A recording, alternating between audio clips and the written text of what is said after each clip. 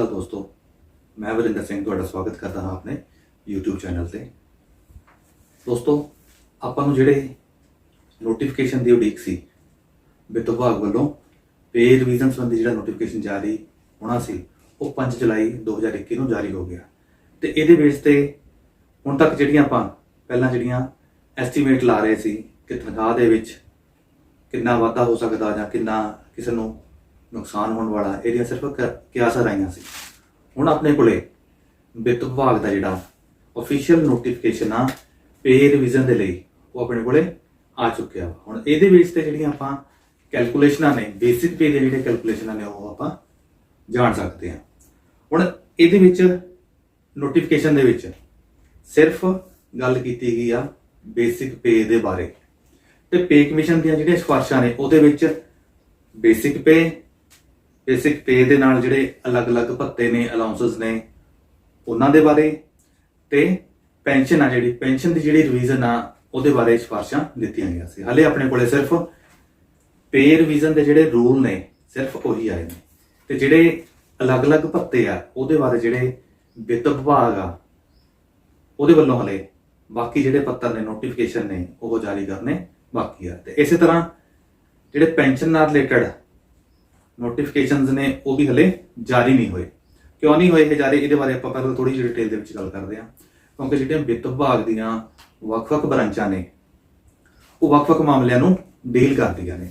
ਇਹ ਜਿਹੜਾ ਨੋਟੀਫਿਕੇਸ਼ਨ ਆ ਇਹ ਜੇ ਆਪਾਂ ਪੜਾਂਗੇ ਧਿਆਨ ਦੇ ਨਾਲ ਇਹਦੇ ਤੋਂ ਆਪਾਂ ਨੂੰ ਪਤਾ ਲੱਗਦਾ ਤੇ ਲਿਖਿਆ government of Punjab department of finance personnel 1 branch.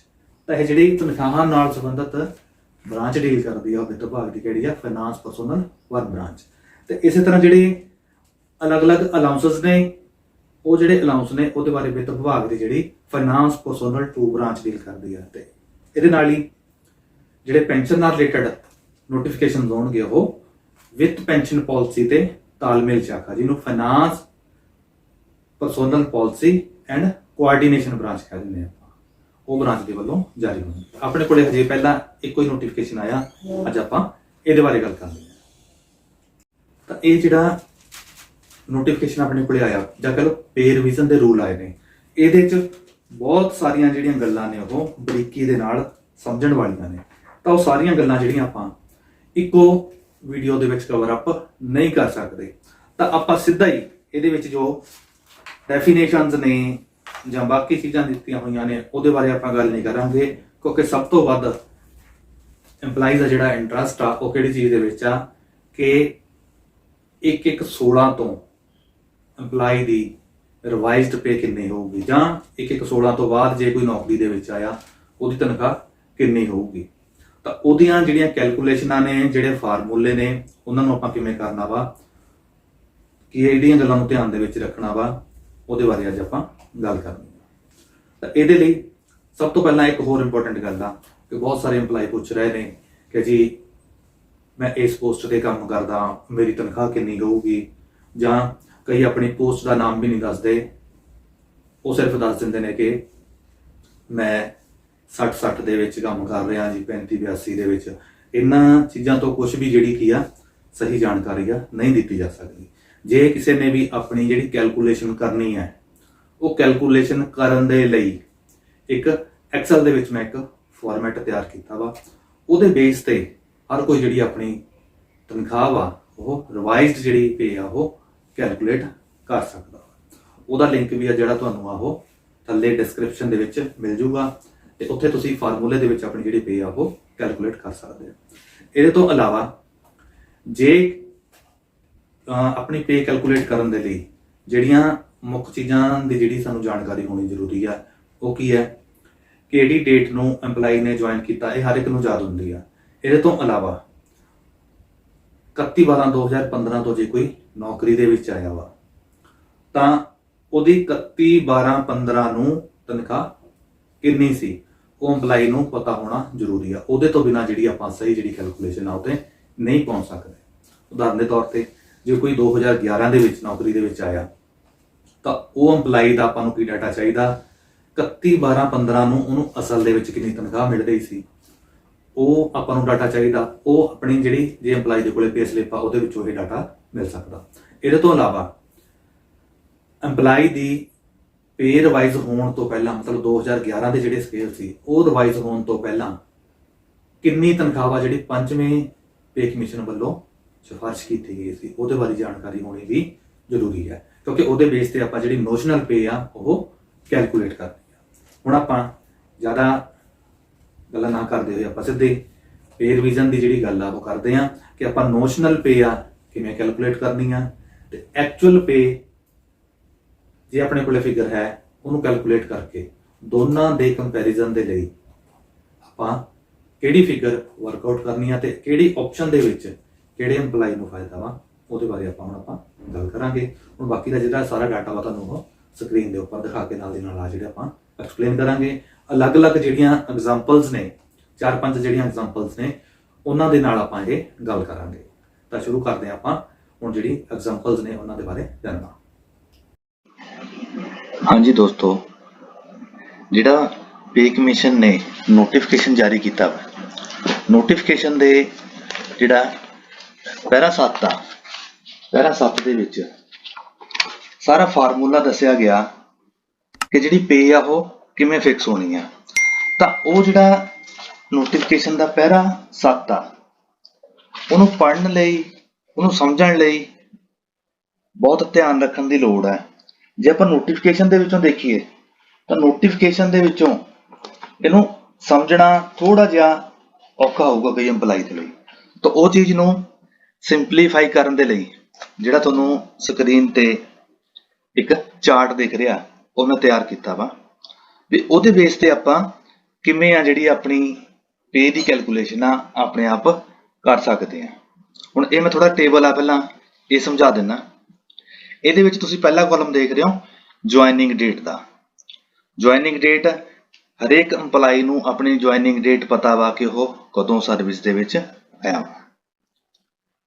ਅੱਗੇ ਹੈ 15/1/15 ਦਾ ਨੋਟੀਫਿਕੇਸ਼ਨ, ਜਿਹਦੇ ਅਨੁਸਾਰ ਕੀ ਸੀ ਕਿ ਪ੍ਰੋਬੇਸ਼ਨ ਦੇ ਵਿੱਚ ਮਿਨੀਮਮ ਆਫ ਪੇ ਬੈਂਡ ਮਿਲੂਗੀ। ਅੱਗੇ ਹੈ 2011 ਦੀ ਰਿਵੀਜ਼ਨ, ਕਈ ਪੋਸਟਾਂ ਦੀ 2011 ਦੇ ਵਿੱਚ ਰਿਵੀਜ਼ਨ ਹੋਈ ਆ ਤੇ ਕਈਆਂ ਦੇ ਵਿੱਚ ਨਹੀਂ ਹੋਈ ਆ। ਅੱਗੇ ਹੈ ਫਾਰਮੂਲਾ ਜਾਂ ਫੈਕਟਰ ਕਿਹੜਾ ਅਪਲਾਈ ਹੋਣਾ। ਤੇ ਅੱਗੇ ਅਖੀਰਲਾ ਕਾਲਮ ਆ ਅਲਸਟੇਸ਼ਨ ਦਾ। ਜਿਹੜਾ ਆਪਣੇ ਕੋਲੇ ਨੋਟੀਫਿਕੇਸ਼ਨ ਆ, ਨੋਟੀਫਿਕੇਸ਼ਨ ਦੇ ਵਿੱਚ ਕਈ ਜਿਹੜੀਆਂ ਨੇ ਅਲਸਟੇਸ਼ਨਾਂ ਨੇ ਉਹ ਦਿੱਤੀਆਂ ਹੋਈਆਂ ਨੇ ਕਿ ਕਿਹੜੇ ਫੈਕਟਰ ਦੇ ਲਈ ਪੇ ਰਿਵੀਜ਼ਨ ਦੇ ਲਈ ਜਾਂ 15/1/15 ਲਾਗੂ ਆ ਉਹਦੇ ਲਈ ਆਪਾਂ ਕਿਹੜੀ ਐਗਜ਼ਾਮਪਲ ਦੇਖਣੀ ਆ ਸਮਝਣ ਦੇ ਲਈ। ਹੁਣ ਆਪਾਂ ਪਹਿਲਾਂ ਗੱਲ ਕਰਦੇ ਆ ਇਹ ਜਿਹੜਾ ਪਹਿਲੇ ਕਾਲਮ ਤੋਂ ਜਿਹੜਾ ਜੁਆਇਨਿੰਗ ਡੇਟ ਵਾਲਾ ਕਾਲਮ ਆ, ਇਹਦੇ ਵਿੱਚ ਸਭ ਤੋਂ ਪਹਿਲਾਂ ਆਪਾਂ ਅਲੱਗ-ਅਲੱਗ ਜਿਹੜੇ ਡੇਟਸ ਦਿੱਤੀਆਂ ਹੋਈਆਂ ਨੇ ਉਹਨਾਂ ਨੂੰ ਪਹਿਲਾਂ ਦੇਖਦੇ ਆ, ਕਿਉਂਕਿ ਜਿਹੜਾ ਇਹ ਫਾਰਮੂਲਾ ਦਿੱਤਾ ਗਿਆ ਵਾ ਪੇ ਰਿਵੀਜ਼ਨ ਦਾ, ਇਹਦੇ ਵਿੱਚ ਜੁਆਇਨਿੰਗ ਡੇਟ ਆ ਜਿਹੜੀ ਉਹ ਬਹੁਤ ਮੈਟਰ ਕਰਦੀ ਆ ਕਿ EMPLOYE ਸਰਵਿਸ ਦੇ ਵਿੱਚ ਕਦੋਂ ਆਇਆ। ਉਹ 1/1/16 ਤੋਂ ਪਹਿਲਾਂ ਆਇਆ ਜਾਂ 15/1/15 ਤੋਂ ਪਹਿਲਾਂ ਆਇਆ ਜਾਂ 1/1/16 ਤੋਂ ਬਾਅਦ ਦੇ ਵਿੱਚ ਆਇਆ। ਤਾਂ ਇਹ ਚੀਜ਼ਾਂ ਜਿਹੜੀ ਉਹਦੀ ਪੇ ਫਿਕਸੇਸ਼ਨ ਆ ਉਹਨੂੰ ਕਾਫੀ ਪ੍ਰਭਾਵਿਤ ਕਰਦੀਆਂ ਨੇ। ਤਾਂ ਹੁਣ ਆਪਾਂ ਪਹਿਲਾ ਜਿਹੜਾ ਕਾਲਮ ਆ, ਪਹਿਲੇ ਕਾਲਮ ਦੇ ਵਿੱਚ ਜਿਹੜਾ ਪਹਿਲਾ ਸੈੱਲ ਆ ਕਿ ਜੇ ਕੋਈ EMPLOYE 1/1/2016 ਤੋਂ ਪਹਿਲਾਂ ਸਰਵਿਸ ਦੇ ਵਿੱਚ ਆਉਂਦਾ ਤੇ 15/1/15 ਉਹਦੇ ਤੇ ਲਾਗੂ ਨਹੀਂ ਹੁੰਦੀ, ਜਿਵੇਂ ਆਪਾਂ ਇੱਧਰ ਦਿਖਾਇਆ ਹੋਇਆ। ਤੇ ਅੱਗੇ ਇਹਦੇ ਵਿੱਚ ਫਿਰ ਆ ਗਿਆ ਕਿ 2011 ਦੇ ਵਿੱਚ ਜੇ ਉਹਦੀ ਪੇ ਰਿਵੀਜ਼ਨ ਨਹੀਂ ਹੋਈ, ਆਪਾਂ ਹੁਣ ਕੀ ਕਰ ਰਹੇ ਹਾਂ 1/1/16 ਤੋਂ ਪਹਿਲਾਂ EMPLOYE ਆਇਆ ਹੋਇਆ ਸਰਵਿਸ ਦੇ ਵਿੱਚ, ਆਪਾਂ ਐਗਜ਼ਾਮਪਲ ਲੈ ਲੈਂਦੇ ਹਾਂ ਕਿ ਉਹ 2010 ਦੇ ਵਿੱਚ ਆਇਆ, 15/1/15 ਉਹਦੇ ਤੇ ਲਾਗੂ ਨਹੀਂ ਹੈ ਨੈਚੁਰਲੀ। ਅੱਗੇ ਹੈ 2011 ਦੇ ਵਿੱਚ ਵੀ ਉਹਦੀ ਪੇ ਰਿਵਾਈਜ਼ ਨਹੀਂ ਹੋਈ, ਤਾਂ ਉੱਥੇ ਸਿੱਧਾ 31/12/15 ਨੂੰ ਜਿੰਨੀ ਉਹਨੂੰ ਤਨਖਾਹ ਮਿਲ ਰਹੀ ਸੀ ਉਹਨੂੰ 2.5 ਦੇ ਨਾਲ ਆਪਾਂ ਮਲਟੀਪਲਾਈ ਕਰ ਦੇਣਾ ਵਾ। 2.5 ਦੇ ਨਾਲ ਮਲਟੀਪਲਾਈ ਕਰਕੇ ਜਿੰਨੀ ਅਮਾਊਂਟ ਆਊਗੀ ਉਹਦੇ ਬੇਸ ਤੇ ਆਪਾਂ ਜਿਹੜੀ ਉਹਦੀ ਤਨਖਾਹ ਵਾ ਫਿਕਸ ਕਰਨੀ ਆ। ਇਹਦੇ ਲਈ ਆਪਾਂ ਹੁਣ ਅਲਸਟੇਸ਼ਨ 1 ਦੱਸੀ ਹੋਈ ਆ, ਜਿਹੜੀ ਅਲਸਟੇਸ਼ਨ 1 ਆ ਹੁਣ ਆਪਾਂ ਉਹਨੂੰ ਦੇਖਦੇ ਹਾਂ। ਤਾਂ ਹੁਣ ਆਪਣੇ ਕੋਲੇ ਸਾਹਮਣੇ ਸਕਰੀਨ ਤੇ ਜਿਹੜੀ ਉਹ ਅਲਸਟੇਸ਼ਨ 1 ਆ ਗਈ ਹੈ। ਇਹਦੇ ਵਿੱਚ ਜਿਹੜਾ EMPLOYE ਦਾ ਪੇ ਸਕੇਲ ਹੈ ਉਹ 37,400 67,000। ग्रेड पे आ जी 87,100 है। तो जी इसकी बेसिक पे बनती आ 55,040 रुपए। इत्थे हुण आपां गल कीती आ कि ये इंपलाई दी जां ये जिहड़ा स्केल आ 2011 दे विच नहीं रिवाइज होया, तां इत्थे आपां सिंपली 2.5 दे नाल जिहड़ी बेसिक पे आ उहनूं मल्टीप्लाई करता, मल्टीप्लाई करके जिहड़ी वैल्यू आ रही आ ओह 1,42,553 रुपए 60 पैसे। इहनूं सब तो पहले आपां राउंड ऑफ कर लिया, 1,42,554 रुपए आ गया। हुण सज्जे पासे आ जिहड़ा आपां ਇਹ पे कन्वर्जन टेबल आ जिहड़ा ਉਹਦਾ छोटा जिहा पार्ट दिता होया की आ इत्थे इत्थे भी 37,600 37,400 पे बैंड दिता है 37,400 67,000 ग्रेड पे 87,100 ते ਇਹਦੇ मतलब ਇਹਦਾ ਲੈਵਲ 28 देखना ਆਪਾਂ 28 ਲੈਵਲ ਦੇ ਵਿੱਚ ਜਦੋਂ ਆਪਾਂ ਦੇਖਦੇ ਆ ਹੁਣ ਆਪਾਂ ਵੈਲਿਊ ਲੱਭਣੀ ਆ 1,42,554 ਇਹਦੇ ਬਰਾਬਰ ਜਾਂ ਇਹਦੇ ਤੋਂ ਜ਼ਿਆਦਾ। ਸੈੱਲ 5 ਦੇ ਵਿੱਚ ਜਿਹੜੀ ਵੈਲਿਊ ਆ 1,38,500 ਹੈ। ਸੈੱਲ 6 ਦੇ ਵਿੱਚ ਆ ਜਿਹੜੀ ਵੈਲਿਊ 1,42,700 ਆ, ਜਿਹੜੀ ਕਿ ਇੱਧਰ ਜਿਹੜੀ ਵੈਲਿਊ ਆਪਾਂ ਕੱਢੀ ਹੈ 1,42,554 ਤੋਂ ਜ਼ਿਆਦਾ ਵਾ। ਤਾਂ ਇੱਥੇ ਜਿਹੜੀ EMPLOYE ਦੀ ਜਿਹੜੀ ਪੇ ਫਿਕਸ ਹੋ ਜੂਗੀ 1/1/2016 ਨੂੰ 1,42,700 रुपए हो जाऊगी। ये तो सिंपल सी, जिथे की आ 2011 ਦੇ ਵਿੱਚ पे रिविजन आ ਜਿਹੜੀ नहीं हुई है। ਹੁਣ ਆਪਾਂ वापस आने आ ਜਿਹੜਾ ਆਪਣਾ टेबल ਆਪਾਂ ਤਿਆਰ ਕੀਤਾ ਹੋਇਆ।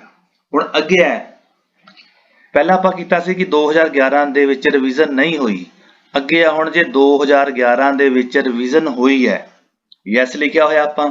ਅੱਗੇ ਕੀ ਆ ਆਪਸ਼ਨ ਆਪਣੇ ਕੋਲੇ आप कॉलम च लिखा हुआ है कैलकुलेट दी नोशनल पे इग्नोर रिवीजन ऑफ 2011। आप 31/12/15 ਨੂੰ EMPLOYE ਦੀ ਨੋਸ਼ਨਲ पे देखनी आ। नोशनल पे ਆਪਾਂ ਕਿਵੇਂ ਦੇਖਣੀ ਆ ਕਿ ਜਿਹੜੀ 2011 ਦੇ ਵਿੱਚ ਰਿਵੀਜ਼ਨ ਹੋਈ ਆ ਉਹਨੂੰ ਆਪਾਂ ਧਿਆਨ ਦੇ ਵਿੱਚ ਨਹੀਂ ਰੱਖਣਾ ਤੇ ਆਪਾਂ मतलब ਪੁਰਾਣੇ ਸਕੇਲਾਂ ਨੂੰ ਆਪਾਂ 2.59 ਦੇ ਨਾਲ ਮਲਟੀਪਲਾਈ ਕਰ ਦੇਣਾ। ਇੱਕ ਆਪਸ਼ਨ ਇਹ ਆਪਣੇ ਕੋਲੇ।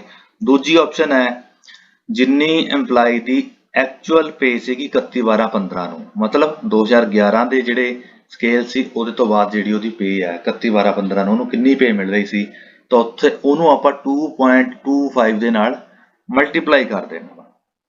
ਇਹਨਾਂ ਦੋਨਾਂ ਵੈਲਿਊ ਨੂੰ ਆਪਾਂ ਕੰਪੇਅਰ ਕਰਕੇ ਦੇਖਣਾ। EMPLOYE ਦੇ ਲਈ ਆਪਸ਼ਨ ਹੈ ਕਿ ਉਹ ਕੋਈ ਵੀ ਦੋਨਾਂ ਦੇ ਵਿੱਚੋਂ ਜਿਹੜੀ ਆਪਸ਼ਨ ਆ ਉਹ ਚੂਜ਼ ਕਰ ਸਕਦਾ।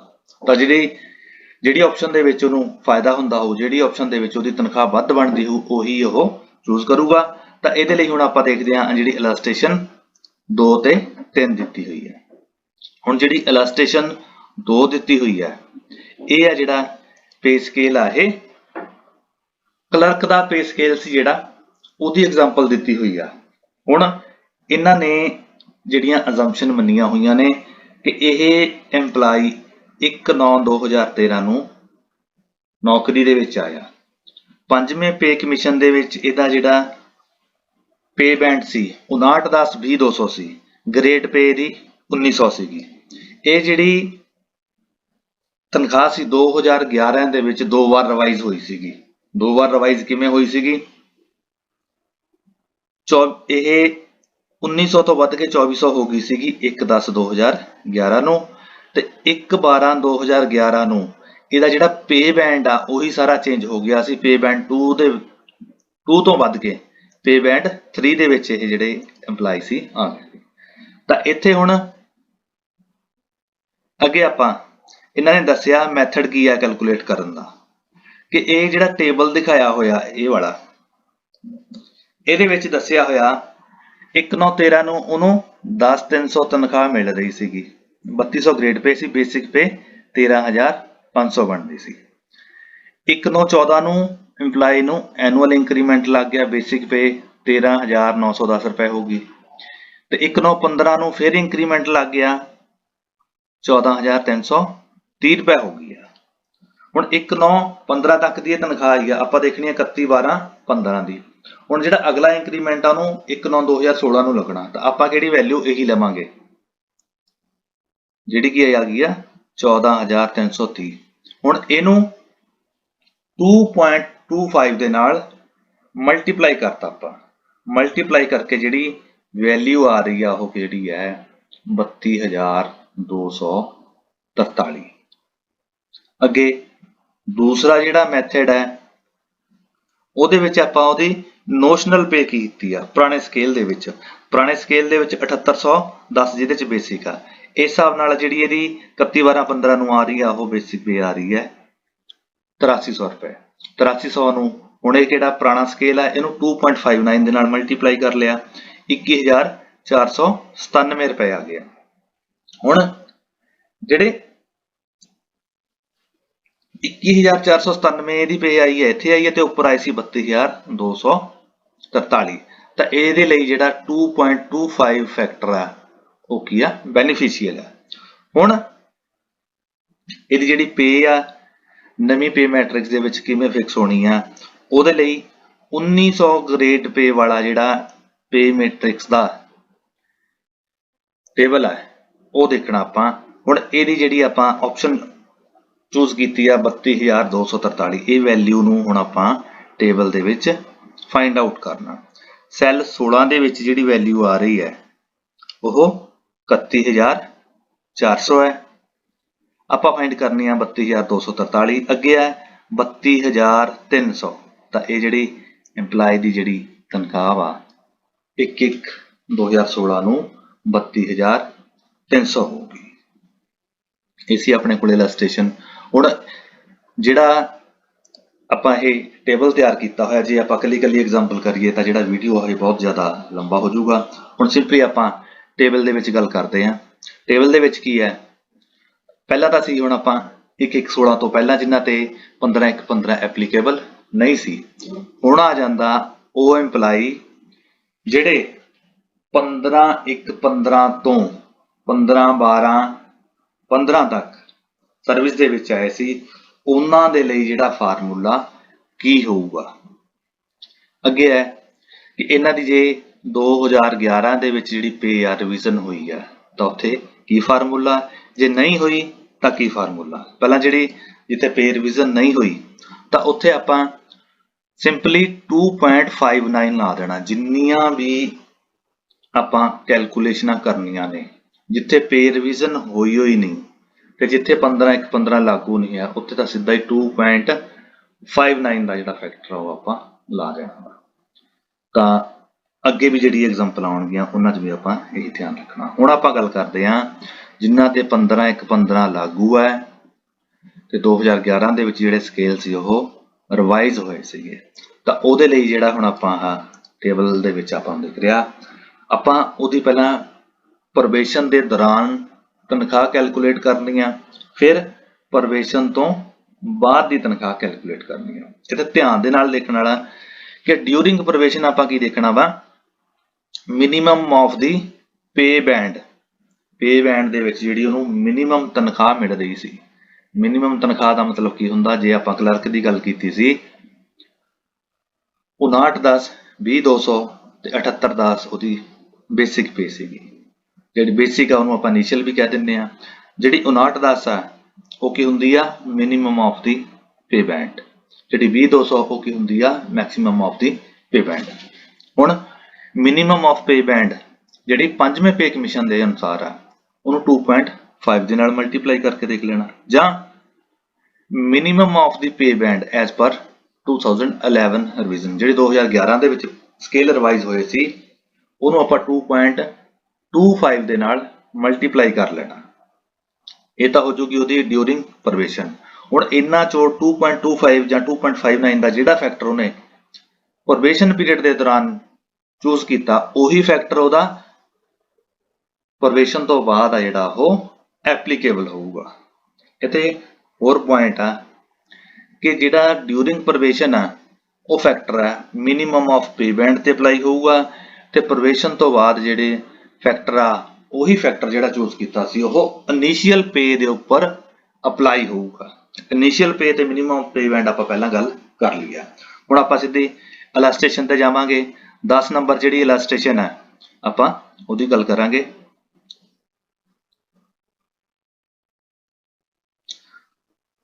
10 ਨੰਬਰ ਜਿਹੜੀ ਇਲਸਟ੍ਰੇਸ਼ਨ ਆਪਣੇ ਸਾਹਮਣੇ, ਇਹਦੇ ਵਿੱਚ ਵੀ ਜਿਹੜੀ ਐਗਜ਼ਾਮਪਲ ਲਈ ਗਈ ਆ, ਜਿਹੜੀ ਪਿੱਛੇ ਐਗਜ਼ਾਮਪਲ ਆਪਾਂ ਕੀਤੀ ਆ ਉਹੀ ਐਗਜ਼ਾਮਪਲ ਲਈ ਗਈ ਆ। ਹੁਣ ਇਹਦੇ ਵਿੱਚ ਡੇਟ ਆਫ ਜੁਆਇਨਿੰਗ 1/10/15 ਮੰਨੀ ਹੈ ਤੇ 15/1/15 ਇਹਦੇ ਤੇ ਲਾਗੂ ਹੈ। ਇਹਦਾ ਪੇ ਸਕੇਲ ਪੁਰਾਣਾ ਨਵਾਂ ਦੱਸਿਆ ਹੋਇਆ, ਆਪਾਂ ਪਹਿਲਾਂ ਵੀ ਗੱਲ ਕਰ ਲਈ ਆ। ਉਹਦੀ ਇਨੀਸ਼ੀਅਲ ਪੇ ਦੱਸੀ ਹੋਈ ਆ ਨਵੇਂ ਤੇ ਪੁਰਾਣੇ ਸਕੇਲ ਦੇ ਨਾਲ। ਹੁਣ ਮਲਟੀਪਲੀਕੇਸ਼ਨ ਫੈਕਟਰ ਆਪਾਂ ਸਿੱਧਾ ਇਹਦੇ ਤੇ ਆਉਂਦੇ ਆ। ਮਲਟੀਪਲੀਕੇਸ਼ਨ ਫੈਕਟਰ ਆ ਜਿਹੜਾ ਇਨੀਸ਼ੀਅਲ ਪੇ ਦੇ ਉੱਪਰ ਆ ਜਿਹੜਾ ਉਹ ਅਪਲਾਈ ਕੀਤਾ, ਉਹ ਕਿੰਨਾ 13,500 ਦੇ ਉੱਪਰ 2.25 ਇਹ ਕੀ ਆ ਗਿਆ 30,375 ਆ ਗਿਆ।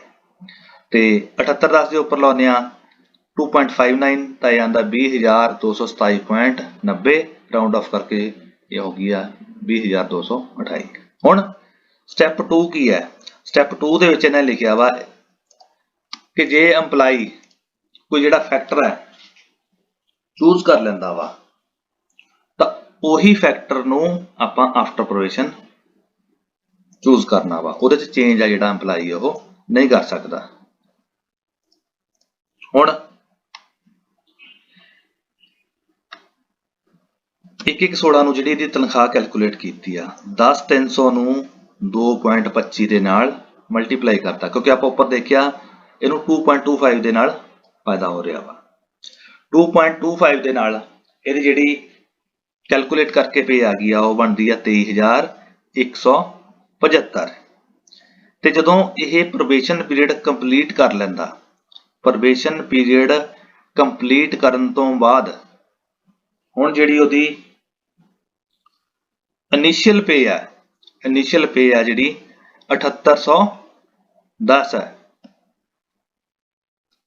ਇਹਦੀ ਇਨੀਸ਼ੀਅਲ ਜਿਹੜੀ ਪੇ ਆ, ਜਿਹੜਾ ਉਹਨੇ ਫੈਕਟਰ ਪਹਿਲਾਂ ਚੂਜ਼ ਕਰ ਲਿਆ ਉਹਦੇ ਅਕੋਰਡਿੰਗਲੀ ਉਹ ਫੈਕਟਰ ਉਹਨੇ ਚੂਜ਼ ਕੀਤਾ 2.25, ਇਹਦੇ ਨਾਲ ਇਹਦੀ ਪੇ ਬਣਦੀ ਆ 30,375। ਤਾਂ ਟੇਬਲ ਦੇ ਵਿੱਚ ਜਿਹੜੀ ਆਪਾਂ ਵੈਲਿਊ ਲੱਭਾਂਗੇ ਤਾਂ ਇਹ 30,500 ਆ ਜਾਊਗੀ।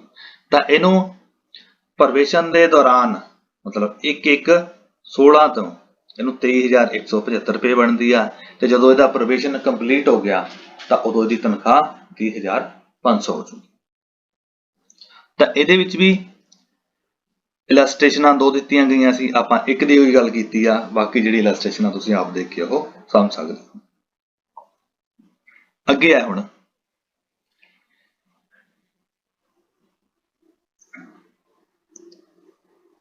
ਜਿਨ੍ਹਾਂ ਦੇ ਉੱਪਰ 15/1/15 ਨਹੀਂ ਲਾਗੂ, ਆਪਾਂ ਪਹਿਲਾਂ ਹੀ ਗੱਲ ਕਰ ਲਈ ਆ ਕਿ ਉਹਨੂੰ 2.59 ਆ ਜਿਹੜਾ ਉਹ ਫੈਕਟਰ ਆ ਅਪਲਾਈ ਹੋ ਜਾਣਾ। ਹੁਣ ਅੱਗੇ ਆ ਗਿਆ ਹੈ ਜਿਹੜੇ 1/1/2016 ਤੋਂ 16/7/2020 ਤੱਕ ਨੌਕਰੀ ਦੇ ਵਿੱਚ ਆਏ ਨੇ, ਉਹਨਾਂ ਦੇ ਲਈ ਤਨਖਾਹ ਕਿੰਨੀ ਹੋਊਗੀ, ਜਾਂ 1/1/16 ਤੋਂ ਬਾਅਦ ਜਿਹੜੇ ਕਰਮਚਾਰੀ ਰੈਗੂਲਰ ਹੋਏ ਨੇ ਉਹਨਾਂ ਦੀ ਤਨਖਾਹ ਕਿਵੇਂ ਫਿਕਸ ਹੋਣੀ ਹੈ। ਉਹਦੇ ਲਈ ਵੀ ਆਪਾਂ ਕੀ ਦੇਖਣਾ ਕਿ ਇਹਨਾਂ EMPLOYEE ਦੇ ਉੱਪਰ 15/1/15 ਤਾਂ ਲਾਗੂ ਹੈ, 15/1/15 ਲਾਗੂ ਆ। ਤੇ ਅੱਗੇ ਦੇਖਣਾ ਆਪਾਂ ਸੇਮ ਜਿਵੇਂ ਪਹਿਲਾਂ ਗੱਲ ਕੀਤੀ ਆ 2011 ਦੇ ਵਿੱਚ ਪੇ ਰਿਵਾਈਜ਼ ਹੋਈ ਆ ਜਾਂ ਨਹੀਂ ਹੋਈ ਆ। ਜੇ ਨਹੀਂ ਹੋਈ ਆਪਾਂ ਪਹਿਲਾਂ ਹੀ ਗੱਲ ਕਰ ਲਈ ਆ, ਜਿਨ੍ਹਾਂ ਦੀ ਪੇ ਰਿਵਾਈਜ਼ ਹੀ ਨਹੀਂ ਹੋਈ 2011 ਦੇ ਵਿੱਚ ਉਹ 2.59 ਦਾ ਫੈਕਟਰ ਆ, ਉਹ ਪੋਸਟਾਂ ਬਹੁਤ ਘੱਟ ਨੇ, ਤਾਂ ਉਹਦੇ ਤੇ ਨਹੀਂ ਆਪਾਂ ਜਾਵਾਂਗੇ। ਉਹਦੀ ਇਲਸਟ੍ਰੇਸ਼ਨ 4 and 5 ਵੀ ਦਿੱਤੀ ਹੋਈ ਆ ਦੁਬਾਰਾ। ਤੇ ਅੱਗੇ ਜੇ 2011 ਦੇ ਵਿੱਚ ਐਡਵੀਜ਼ਨ ਹੋਈ ਆ ਤੇ 15/1/15 ਲਾਗੂ ਆ ਤੇ EMPLOYEE 1/1/16 ਤੋਂ 16/7/2020 ਤੱਕ ਨੌਕਰੀ ਦੇ ਵਿੱਚ ਆਇਆ, ਤਾਂ ਉਸ ਕੇਸ ਦੇ ਵਿੱਚ ਆਪਾਂ ਕਿਵੇਂ ਕੈਲਕੂਲੇਟ ਕਰਨੀ ਆ। ਉਹਦੇ ਲਈ ਹੁਣ ਪ੍ਰੋਬੇਸ਼ਨ ਪੀਰੀਅਡ ਦੇ ਵਿੱਚ ਕਿੰਨੀ ਤਨਖਾਹ ਮਿਲਣੀ ਆ, ਉਹ ਕੀ ਕਰਨਾ ਆਪਾਂ ਮਿਨੀਮਮ ਆਫ ਪੇ ਬੈਂਡ ਜਿਹੜੇ 5ਵੇਂ ਪੇ ਕਮਿਸ਼ਨ ਆ ਉਹਦੇ ਅਨੁਸਾਰ ਆ, ਉਹਨੂੰ 2.59 ਦੇ ਨਾਲ ਮਲਟੀਪਲਾਈ ਕਰ ਦੇਣਾ। ਤੇ ਅੱਗੇ ਜਾਂ ਆਪਸ਼ਨ ਆ ਉਹਨੂੰ ਮਿਨੀਮਮ ਆਫ ਪੇ ਬੈਂਡ ਜਿਹੜੇ 2011 ਦੇ ਵਿੱਚ ਸਕੇਲ ਰਿਵਾਈਜ਼ ਹੋਏ ਸੀਗੇ ਉਹਦੇ ਅਕੋਰਡਿੰਗਲੀ ਉਹਦੀ ਤਨਖਾਹ ਕਿੰਨੀ ਬਣਦੀ ਹੈ ਉਹਨੂੰ 2.25 ਦੇ ਨਾਲ ਮਲਟੀਪਲਾਈ ਕਰ ਦੇਣਾ। ਇਹਨਾਂ ਦੋਨਾਂ ਚੋਂ ਜਿਹੜੀ ਆਪਸ਼ਨ ਉਹਨੂੰ ਬੈਨੀਫੀਸ਼ੀਅਲ ਹੋਊਗੀ ਉਹਨੇ ਚੂਜ਼ ਕਰ ਲੈਣੀ ਹੈ। ਤੇ ਅੱਗੇ ਆਫਟਰ ਪ੍ਰੋਬੇਸ਼ਨ ਉਹਦੀ ਕੀ ਹੋ ਤਨਖਾਹ, ਜਿੰਨੀ ਉਹਦੀ ਇਨੀਸ਼ੀਅਲ ਪੇ ਆ ਤੇ ਪਲੱਸ ਡਿਊਰਿੰਗ ਪ੍ਰੋਬੇਸ਼ਨ ਉਹਨੇ ਕਿੰਨਾ ਫੈਕਟਰ ਆ ਜਿਹੜਾ ਚੂਜ਼ ਕੀਤਾ। ਹੁਣ ਇੱਥੇ ਆਪਣੇ ਕੋਲੇ ਜਿਹੜੀ ਇਲਸਟ੍ਰੇਸ਼ਨ ਦਿੱਤੀ ਹੋਈ ਆ, ਇਲਸਟ੍ਰੇਸ਼ਨ ਆ 8 ਤੇ 9। ਜਿਹੜੀ ਆਪਾਂ ਇੱਕ ਲਾਸਟ ਸਟੇਸ਼ਨ ਇਹਦੇ ਚੋਂ ਲੈਂਦੇ ਆ 8 ਨੰਬਰ ਲਾਸਟ ਸਟੇਸ਼ਨ। ਇੱਥੇ ਫਿਰ ਜਿਹੜਾ 3200 ਹੈ ਗ੍ਰੇਡ ਪੇ ਹੈ ਜਿਹੜਾ ਰਿਵਾਈਜ਼ ਹੋਇਆ ਸੀ 2011 ਦੇ ਵਿੱਚ, ਉਹਦੀ ਐਗਜ਼ਾਮਪਲ ਲਈ ਆ, ਮਤਲਬ ਇਹ ਕਲਰਕ ਦੀ ਤਨਖਾਹ ਦੀ ਐਗਜ਼ਾਮਪਲ ਲਈ ਹੈ। ਹੁਣ ਇਹਦੇ ਸਕੇਲ ਨੇ ਜਿਹੜੇ ਆਪਾਂ ਪਹਿਲਾਂ ਹੀ ਗੱਲ ਕਰ ਲਈ ਹੈ। ਮਲਟੀਪਲੀਕੇਸ਼ਨ ਫੈਕਟਰ ਜਿਵੇਂ ਪਹਿਲਾਂ ਹੀ ਕੈਲਕੂਲੇਟ ਕੀਤਾ ਸੀ, 13500 ਤੇ 2.25 ਲਾਇਆ ਤਾਂ 30375 ਆ ਗਿਆ। ਜੇ ਆਪਾਂ 7810 ਦੇ ਉੱਪਰ 2.59 ਲਾਉਂਦੇ ਆ ਤਾਂ 20227.90 ਆ ਗਏ, ਮਤਲਬ 20228 ਆ ਗਈ ਹੈ ਵੈਲਿਊ। ਤਾਂ ਇਹਦੇ ਲਈ 30375 ਵਾਲਾ ਜਿਹੜਾ ਫੈਕਟਰ ਕੀ ਆ 2.259 ਆ ਉਹ ਬੈਨੀਫੀਸ਼ੀਅਲ ਆ। ਹੁਣ ਡਿਊਰਿੰਗ ਪ੍ਰੋਬੇਸ਼ਨ ਜਿਹੜੀ ਉਹਦੀ ਰਿਵਾਈਜ਼ਡ ਪੇ ਆ ਉਹ ਕਿੰਨੀ ਬਣ ਰਹੀ ਆ 23175 ਬਣ ਰਹੀ ਹੈ। ਜਦੋਂ ਉਹਦਾ ਪ੍ਰੋਬੇਸ਼ਨ ਪੀਰੀਅਡ ਕੰਪਲੀਟ ਹੋ ਗਿਆ ਫਿਰ ਉਹਦੀ ਜਿਹੜੀ ਇਨੀਸ਼ੀਅਲ ਪੇ ਬਣਦੀ ਹੈ ਤੇ ਉਹਨੇ ਜਿਹੜਾ ਫੈਕਟਰ ਚੂਜ਼ ਕੀਤਾ ਉਹਨੂੰ ਆਪਾਂ ਮਲਟੀਪਲਾਈ ਕਰ ਦੇਣਾ ਉਹ ਫੈਕਟਰ ਦੇ ਨਾਲ। ਉੱਥੇ ਜਿਹੜੀ ਵੈਲਿਊ ਆ ਰਹੀ ਸੀ 30375 ਆ ਰਹੀ ਸੀ। 30375 ਦੇ ਕੋਰਸਪੋਂਡਿੰਗ ਆਪਾਂ ਹੁਣ ਪੇ ਮੈਟ੍ਰਿਕਸ ਦੇ ਵਿੱਚ ਜਿਹੜੀ ਵੈਲਿਊ ਦੇਖਦੇ ਆ ਉਹ 30500 ਆ ਰਹੀ ਹੈ। ਤਾਂ 30500 ਦੇ ਹਿਸਾਬ ਨਾਲ ਉਹਦੀ ਜਿਹੜੀ ਪੇ ਆ 1/1/2012 ਨੂੰ ਫਿਕਸ ਹੋ ਜੂਗੀ। ਹੁਣ ਇਹ ਤਾਂ ਸੀ ਕੁਝ ਐਗਜ਼ਾਮਪਲਾਂ। ਅੱਗੇ ਹੁਣ ਆਪਾਂ ਇੱਥੇ ਨਾਲ ਹੀ ਗੱਲ ਕਰਦੇ ਹਾਂ ਕਿ ਕਿਸੇ ਵੀ EMPLOYE ਨੂੰ ਜਦੋਂ ਉਹਦੀ ਪੇ ਫਿਕਸ ਹੋ ਗਈ ਹੈ ਤਾਂ ਫਿਰ ਉਹਨੂੰ ਇੰਕਰੀਮੈਂਟ ਕਿਸ ਤਰ੍ਹਾਂ ਲੱਗਣਾ। ਹੁਣ ਆਪਾਂ ਐਗਜ਼ਾਮਪਲ ਲੈ ਰਹੇ ਸੀਗੇ ਕਲਰਕ ਦੀ ਐਗਜ਼ਾਮਪਲ ਲੈ ਰਹੇ ਸੀ। ਕਲਰਕ ਦੀ ਜਿਹੜੀ ਆਪਾਂ ਪੇ ਫਿਕਸ ਕੀਤੀ ਸੀ ਉਹ ਆ ਰਹੀ ਸੀਗੀ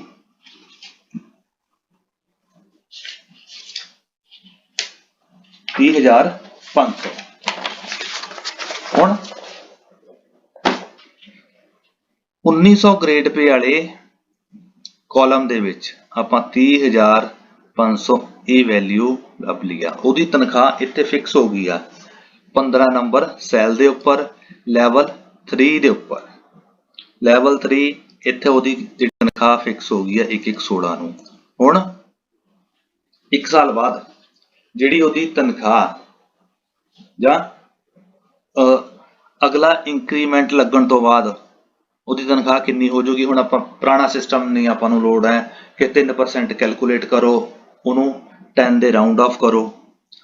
ਤਾਂ 1 ਸਾਲ ਬਾਅਦ ਇੰਕਰੀਮੈਂਟ ਲਾ ਕੇ ਉਹਦੀ ਤਨਖਾਹ 31400 ਹੋ ਜੂ। ਫਿਰ ਅਗਲੇ 1 ਸਾਲ ਬਾਅਦ 32300 ਹੋ ਜੂ। ਫਿਰ ਅਗਲੇ ਸਾਲ 33300 ਰੁਪਏ ਜਿਹੜੀ ਉਹਦੀ ਤਨਖਾਹ ਬਣ ਜੂਗਾ। ਤਾਂ ਸਾਰਿਆਂ ਦਾ ਜਿਹੜਾ ਇੰਕਰੀਮੈਂਟ ਆ ਇਹ ਇਸੇ ਤਰ੍ਹਾਂ ਕੈਲਕੂਲੇਟ ਕਰਨਾ। ਇਹ ਤਾਂ ਆਪਾਂ ਗੱਲ ਕਰ ਰਹੇ ਸੀਗੇ ਨੋਟੀਫਿਕੇਸ਼ਨ ਦੀ ਤੇ ਜਿਹੜਾ ਆਪਾਂ ਟੇਬਲ ਤਿਆਰ ਕੀਤਾ ਟੇਬਲ ਦੀ। ਹੁਣ ਆਪਾਂ ਗੱਲ ਕਰਦੇ ਹਾਂ ਕੁਝ ਐਗਜ਼ਾਮਪਲਸ ਦੀ। ਹੁਣ ਜਿਹੜਾ ਮੈਂ ਐਕਸਲ ਦੇ ਵਿੱਚ ਇਹ ਸ਼ੀਟ ਤਿਆਰ ਕੀਤੀ ਆ ਉਹਦੇ 'ਚ ਮੈਂ ਆਪਣੀ ਪੇ ਤੇ ਆਪਣੇ ਜਿਹੜੇ ਨਾਲ ਦੇ EMPLOYEES ਨੇ ਉਹਨਾਂ ਦੀ ਤਨਖਾਹ ਦੇ ਬਾਰੇ ਜਿਹੜੀ ਆ ਕੈਲਕੂਲੇਸ਼ਨ ਆ ਉਹ ਕੀਤੀਆਂ ਨੇ। ਆਪਾਂ ਪਹਿਲਾਂ ਵੀ ਇਹਦੇ ਬਾਰੇ ਗੱਲ ਕੀਤੀ ਸੀ, ਹੁਣ ਆਪਾਂ ਇਹਦੇ ਬਰੀਫ ਦੇ ਵਿੱਚ ਹੀ ਗੱਲ ਕਰਾਂਗੇ ਕਿ ਮੇਰੀ ਜਿਹੜੀ ਜੁਆਇਨਿੰਗ ਆ ਸਰਵਿਸ ਦੇ ਵਿੱਚ 1 ਮਾਰਚ 2011 ਦੀ ਹੈ। ਉਸ ਟਾਈਮ ਜਿਹੜਾ ਪੇ ਸਕੇਲ ਹੁੰਦਾ ਸੀ ਉਹ 59/10/200 ਪਲੱਸ 1900 ਗ੍ਰੇਡ ਪੇ ਹੁੰਦਾ ਸੀ। ਤਾਂ ਇੱਧਰ ਜਿਹੜੀ ਆ ਮੈਂ ਆਪਣੀ ਨੋਸ਼ਨਲ ਪੇ ਕੈਲਕੂਲੇਟ ਕਰ ਲਈ ਹੈ। ਨੋਸ਼ਨਲ ਪੇ ਮੇਰੀ ਜਿਹੜੀ ਆ ਰਹੀ ਹੈ 31/12/15 ਨੂੰ ਆ ਰਹੀ ਹੈ 9080। 2.25 ਦੇ ਨਾਲ ਇਹਨੂੰ ਮਲਟੀਪਲਾਈ ਕਰਕੇ ਦੇਖਿਆ 23517 ਆ ਰਹੀ ਹੈ। ਤੇ ਜਿਹੜੀ ਮੇਰੀ ਐਕਚੁਅਲ ਪੇ ਹੈ ਨਵੇਂ ਸਕੇਲ ਦੇ ਅਕੋਰਡਿੰਗਲੀ ਉਹ 15210 ਆ। ਉਹਨੂੰ 2.25 ਦੇ ਨਾਲ ਮਲਟੀਪਲਾਈ ਕਰਨਾ ਤਾਂ 34222 ਆਉਂਦਾ। ਇਹਨੂੰ ਜਦੋਂ ਆਪਾਂ ਰਾਉਂਡ ਆਫ ਕਰਦੇ ਹਾਂ, ਰਾਉਂਡ ਆਫ ਕਰਨ ਤੋਂ ਬਾਅਦ ਜਿਹੜੀ ਟੇਬਲ ਦੇ ਵਿੱਚ ਵੈਲਿਊ ਲੱਭਦੇ ਆ ਤਾਂ ਉਹ ਇੱਧਰ ਇਹ ਵਾਲੇ ਕਾਲਮ ਦੇ ਵਿੱਚ ਲਿਖੀ ਹੋਈ ਹੈ। ਇਹ ਬਣਦੀ ਹੈ 24100 ਤੇ 34300। ਰੈੱਡ ਮੀਨਸ ਉੱਥੇ ਮੈਨੂੰ ਲਾਸ ਹੋ ਰਿਹਾ, ਗ੍ਰੀਨ ਮੀਨ ਮੈਨੂੰ ਉੱਥੇ ਫਾਇਦਾ ਹੋ ਰਿਹਾ। ਤਾਂ 34300 ਦੀ ਜਿਹੜੀ ਮੈਂ ਪੇ ਆ ਉਹ ਫਿਕਸ ਕਰਵਾ ਲਈ ਆ 1/1/2016 ਨੂੰ। ਅੱਗੇ ਹੈ ਹੁਣ 18/7/2016 ਨੂੰ ਜਿਹੜੀ ਮੇਰੀ ਪ੍ਰਮੋਸ਼ਨ ਆ ਉਹ ਕਲਰਕ ਤੋਂ ਅਸਿਸਟੈਂਟ ਹੋ ਗਈ ਸੀ। ਤਾਂ ਉਹਦੇ ਲਈ ਪ੍ਰਮੋਸ਼ਨ ਦੇ ਲਈ ਹੁਣ ਜਦੋਂ ਆਪਾਂ ਪੇ ਰਿਵੀਜ਼ਨ ਦਾ ਜਿਹੜਾ ਚਾਰਟ ਦੇਖਦੇ ਹਾਂ ਤਾਂ ਜਿਹੜੀ assistant the at present grade ਪੇ ਆ ਉਹ 4400 ਆ, ਪਰ ਜਿਹੜੀ 2011 ਤੋਂ ਪਹਿਲਾਂ ਪੇ ਸੀਗੀ ਉਹ 3800 ਸੀਗੀ। ਤਾਂ ਮੈਂ 3800 ਗ੍ਰੇਡ ਪੇ ਵਾਲਾ ਜਿਹੜਾ ਟੇਬਲ ਆ ਜਾਂ ਕਾਲਮ ਆ ਉਹੀ ਦੇਖਣਾ, ਕਿਉਂਕਿ ਮੇਰੀ ਜਿਹੜੀ ਪੇ ਹੈ ਉਹ ਐਜ਼ ਏ ਕਲਰਕ ਜਿਹੜੀ 1/1/16 ਨੂੰ ਸੀ ਉਹ ਬਣਦੀ ਸੀ 34,300 ਰੁਪਏ। ਹੁਣ ਪੇ ਰਿਵੀਜ਼ਨ ਦੇ ਜਿਹੜੇ ਰੂਲ ਨੇ ਕਿ ਜਦੋਂ ਕੋਈ EMPLOYE ਦੀ ਪ੍ਰਮੋਸ਼ਨ ਹੁੰਦੀ ਹੈ ਤਾਂ ਆਪਾਂ ਉਹਦਾ ਜਿਹੜਾ ਕਾਲਮ ਹੈ, ਉਹਦਾ ਜਿਹੜਾ ਕੰਸਰਨਡ ਕਾਲਮ ਆ ਉਹਦੇ ਵਿੱਚ EMPLOYE ਜੰਪ ਕਰ ਜਾਂਦਾ। ਤਾਂ ਇੱਥੇ ਮੇਰੀ ਜਿਹੜੀ ਪਹਿਲਾਂ ਬਣਦੀ ਸੀ 34,300 ਤਨਖਾਹ ਬਣਦੀ ਸੀ, ਹੁਣ ਮੈਂ 3800 ਗ੍ਰੇਡ ਪੇ ਵਾਲੇ ਕਾਲਮ ਦੇ ਵਿੱਚ ਆ ਗਿਆ। ਆਪਾਂ ਇਹ 3800 ਕਿਉਂ ਦੇਖ ਰਹੇ ਹਾਂ, ਕਿਉਂਕਿ 5ਵਾਂ ਪੇ ਕਮਿਸ਼ਨ ਆ ਉਹਦੀਆਂ ਸਿਫਾਰਸ਼ਾਂ ਨੂੰ ਹੀ ਬੇਸ ਬਣਾਇਆ ਗਿਆ। 38,500 ਰੁਪਏ ਜਿਹੜੀ ਮੇਰੀ ਪੇ ਆ ਉਹ ਫਿਕਸ ਹੋ ਗਈ ਆ। ਅੱਗੇ ਇੰਕਰੀਮੈਂਟ ਜਿਵੇਂ ਉਹ ਟੇਬਲ 'ਚ ਦੱਸਿਆ ਹੈ, ਟੇਬਲ 'ਚੋਂ ਹੀ ਵੈਲਿਊ ਲਈਆਂ ਨੇ, ਤਾਂ ਪਹਿਲਾ ਇੰਕਰੀਮੈਂਟ ਜਿਹੜਾ ਲੱਗ ਗਿਆ ਉਹ 1/7/2017 ਨੂੰ ਲੱਗ ਗਿਆ, ਕਿਉਂਕਿ ਜਿਹੜੇ ਇੰਕਰੀਮੈਂਟ ਆ ਜਿਹੜੇ ਮਹੀਨੇ ਪ੍ਰਮੋਸ਼ਨ ਹੋਈ ਹੁੰਦੀ ਆ ਉਸ ਮਹੀਨੇ ਦੇ ਸਟਾਰਟਿੰਗ ਦੇ ਵਿੱਚ ਇੰਕਰੀਮੈਂਟ ਲੱਗ ਜਾਂਦਾ। ਤਾਂ ਇਸ ਤਰ੍ਹਾਂ ਟੋਟਲ 5 ਇੰਕਰੀਮੈਂਟ ਕੈਲਕੂਲੇਟ ਕਰ ਲਏ। 4 ਸਾਲਾਂ ਬਾਅਦ ਜਿਹੜਾ ACP ਦਾ ਲਾਭ ਮਿਲਿਆ ਸੀ, ਇੱਕ ਇੰਕਰੀਮੈਂਟ ਉਹਦਾ ਕੈਲਕੂਲੇਟ ਕਰ ਲਿਆ। ਤਾਂ 1/7/2021 ਨੂੰ ਉਸ ਟਾਈਮ ਤੇ ਮਤਲਬ ਮੇਰਾ ਉਹਨੂੰ ਵੀ ਮੈਂ ਧਿਆਨ ਦੇ ਵਿੱਚ ਰੱਖਿਆ, ਇੱਕ ਇੰਕਰੀਮੈਂਟ ਡਿਊ ਸੀ, ਉਹ ਇੱਕ ਇੰਕਰੀਮੈਂਟ ਲਾ ਕੇ ਜਿਹੜੀ ਮੇਰੀ ਤਨਖਾਹ ਬਣ ਰਹੀ ਹੈ, ਬੇਸਿਕ ਪੇ ਬਣ ਰਹੀ ਆ ਉਹ 46,000 ਬਣ ਰਹੀ ਹੈ। ਉਹ 46,000 ਬੇਸਿਕ ਪੇ ਦੇ ਉੱਪਰ ਬਾਕੀ ਜਿਹੜੇ ਅਲਾਉਂਸਸ ਨੇ ਉਹ ਆਪਾਂ ਕੈਲਕੂਲੇਟ ਕੀਤੇ ਆ। DA ਆਪਾਂ DA ਨੂੰ ਮੰਨ ਕੇ ਚੱਲ ਰਹੇ ਆ, ਜਿਹਦੇ ਬਾਰੇ ਹਜੇ ਆਪਾਂ ਨੂੰ ਕਨਫਰਮ ਨਹੀਂ ਹੈ, ਤੇ 17% ਆਪਾਂ DA ਮੰਨਿਆ, ਇਹਦੀ ਆਪਾਂ ਕੈਲਕੂਲੇਸ਼ਨ ਕਰ ਲਈ ਆ। ਅੱਗੇ ਮੋਬਾਈਲ ਅਲਾਉਂਸ 300 ਰੁਪਏ ਹੈ, ਫਿਕਸ ਮੈਡੀਕਲ ਅਲਾਉਂਸ 500 ਰੁਪਏ ਹੈ। ਸੈਕਟਰੀਏਟ ਅਲਾਉਂਸ ਇਹ ਪਹਿਲਾਂ ਸੈਕਟਰੀਏਟ ਪੇ ਹੁੰਦਾ ਸੀ, ਹੁਣ ਇਹ ਸੈਕਟਰੀਏਟ ਅਲਾਉਂਸ ਹੈ। ਇਹ ਕੈਲਕੂਲੇਟ ਕਰਕੇ ਜਿਹੜੀ ਮੇਰੀ ਗ੍ਰੋਸ ਪੇ ਹੁਣ ਆ ਰਹੀ ਆ ਉਹ 55,520 ਰੁਪਏ ਆ ਰਹੀ ਹੈ। ਹੁਣ ਇੱਥੇ ਮੈਂ ਹਾਊਸ ਰੈਂਟ ਅਲਾਉਂਸ ਕੈਲਕੂਲੇਟ ਨਹੀਂ ਕੀਤਾ। ਕਿਉਂ ਨਹੀਂ ਕੀਤਾ? ਕਿਉਂਕਿ ਮੈਂ ਇੱਕ ਸਰਕਾਰੀ ਮਕਾਨ ਦੇ ਵਿੱਚ ਰਹਿ ਰਿਹਾ। ਸਰਕਾਰੀ ਮਕਾਨ ਜਿਹਨੇ ਲਿਆ ਹੁੰਦਾ ਉਹਨੂੰ ਹਾਊਸ ਰੈਂਟ ਅਲਾਉਂਸ ਨਹੀਂ ਮਿਲਦਾ, ਉਲਟਾ ਉਹਦੀ ਤਨਖਾਹ ਦੇ ਵਿੱਚੋਂ ਹੋਰ ਕਟੌਤੀ ਹੁੰਦੀ ਹੈ।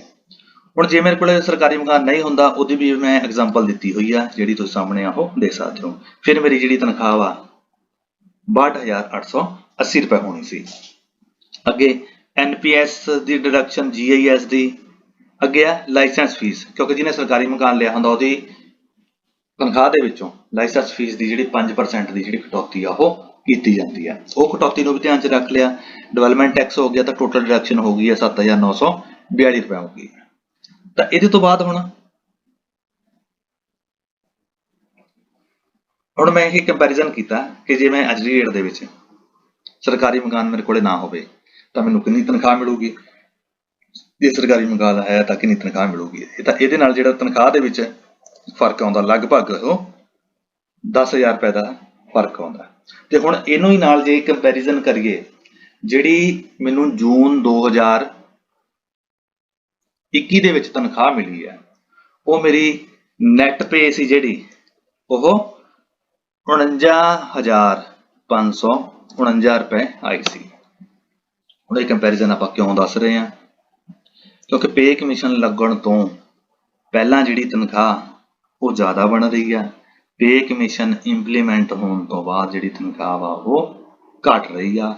ਇਹਦਾ ਹੁਣ ਜਿਹੜਾ ਸਾਰਾ ਫਰਕ ਆ ਰਿਹਾ ਉਹ ਕਾਹਦੇ ਕਰਕੇ ਆ ਰਿਹਾ ਕਿ ਇੱਕ ਤਾਂ ਜਿਹੜੀ 49,549 ਤਨਖਾਹ ਆਈ ਆ, ਉੱਥੇ ਜਿਹੜੇ ਸੈਕਟਰੀਏਟ ਪੇ ਹੁੰਦੀ ਸੀ ਉਹਦੇ ਉੱਪਰ HRA ਜਾਂ DA ਸਾਰਾ ਕੁਝ ਕੈਲਕੂਲੇਟ ਹੁੰਦਾ ਸੀ। ਹੁਣ ਇਹ ਸਿਰਫ 900 ਰੁਪਇਆ ਰਹਿ ਗਿਆ। ਤੇ ਇਹਦੇ ਤੋਂ ਇਲਾਵਾ ਲਾਇਸੈਂਸ ਫੀਸ ਦੀ ਜਿਹੜੀ ਕਟੌਤੀ ਹੈ ਉਹ ਪਹਿਲਾਂ ਬੇਸਿਕ ਪੇ ਤੇ ਹੁੰਦੀ ਸੀ, ਜਿਹੜੀ 20,000 ਦੇ ਆਸ-ਪਾਸ ਸੀ। ਹੁਣ ਜਿਹੜੀ ਕਟੌਤੀ ਆ ਉਹ 46,000 ਦੇ ਉੱਪਰ ਜਿਹੜੀ ਬੇਸਿਕ ਪੇ ਆ ਉਹਦੇ ਉੱਪਰ 5% ਆ ਜਿਹੜੀ ਕਟੌਤੀ ਆ ਹੋਣ ਲੱਗ ਗਈ ਹੈ। ਇਹਦੇ ਤੋਂ ਇਲਾਵਾ ਇੱਕ ਤੋਂ ਜਿਹੜੀਆਂ ਹੋਰ ਐਗਜ਼ਾਮਪਲਸ ਨੇ ਜਿਵੇਂ ਮੈਂ ਕੈਲਕੂਲੇਟ ਕੀਤੀਆਂ ਨੇ, ਜਿਵੇਂ ਕਿ ਇਹ ਕਲਰਕ ਦੀ ਕੈਲਕੂਲੇਸ਼ਨ ਕੀਤੀ ਆ। ਇਹ ਕਲਰਕ ਨੇ 10/10/2019 ਨੂੰ ਜੌਬ ਦੇ ਵਿੱਚ ਜੁਆਇਨ ਕੀਤਾ। ਤਾਂ ਇਹਦੀ ਜਿਹੜੀ ਪੇ ਫਿਕਸ ਹੋ ਰਹੀ ਆ ਉਹ 20,200 ਹੋ ਰਹੀ ਹੈ। ਤੇ ਇਹਨੂੰ ਜਿਹੜਾ ਪਹਿਲਾ ਇੰਕਰੀਮੈਂਟ ਆ ਉਹਨੂੰ 2022 ਦੇ ਵਿੱਚ ਜਾ ਕੇ ਲੱਗਣਾ, ਕਿਉਂਕਿ ਇਹਦਾ ਜਿਹੜਾ ਹਲੇ ਪ੍ਰਵੇਸ਼ਨ ਹੈ 10/10/2021 ਨੂੰ ਕੰਪਲੀਟ ਹੋਣਾ। ਤਾਂ ਇਹਦੀ ਜਿਹੜੀਆਂ ਕੈਲਕੂਲੇਸ਼ਨਸ ਨੇ ਉਹ ਦੱਸੀਆਂ ਹੋਈਆਂ ਨੇ। ਇਹਦੀ ਜਿਹੜੀ ਤਨਖਾਹ ਬਣ ਰਹੀ ਆ ਉਹ ਗ੍ਰੋਸ ਪੇ 41,715 ਬਣ ਰਹੀ ਆ ਤੇ ਨੈਟ ਪੇ ਆ ਜਿਹੜੀ 37,919 ਬਣ ਰਹੀ ਆ। ਇਹ ਜਿਹੜਾ ਚਾਰਟ ਆ ਤੁਸੀਂ ਇਹਨੂੰ ਡਾਊਨਲੋਡ ਕਰਕੇ ਚੈੱਕ ਕਰ ਸਕਦੇ ਹੋ।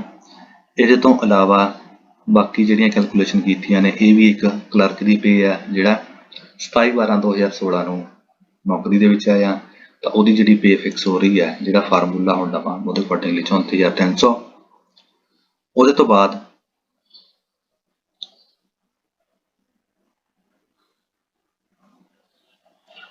ਆਪਾਂ ਜਿਹੜੇ ਦੇਖਦੇ ਹਾਂ ਉਹਦੀ 33,300 ਜਿਹੜੀ ਤਨਖਾਹ ਬਣ ਰਹੀ ਆ ਉਹਦੇ ਕੈਲਕੂਲੇਸ਼ਨਾਂ ਕਰਕੇ 45,439 ਉਹਦੀ ਗ੍ਰੋਸ ਪੇ ਆ ਤੇ 41,312 ਉਹਦੀ ਨੈਟ ਪੇ ਆ। ਤਾਂ ਇਸ ਤਰ੍ਹਾਂ ਜਿਹੜੀਆਂ ਬਾਕੀ ਦੀਆਂ ਜਿਹੜੀਆਂ ਹੋਰ ਐਗਜ਼ਾਮਪਲਸ ਨੇ ਤੁਸੀਂ ਇਹ ਸ਼ੀਟ ਦੇ ਵਿੱਚੋਂ ਚੈੱਕ ਕਰਕੇ ਦੇਖ ਸਕਦੇ ਹੋ।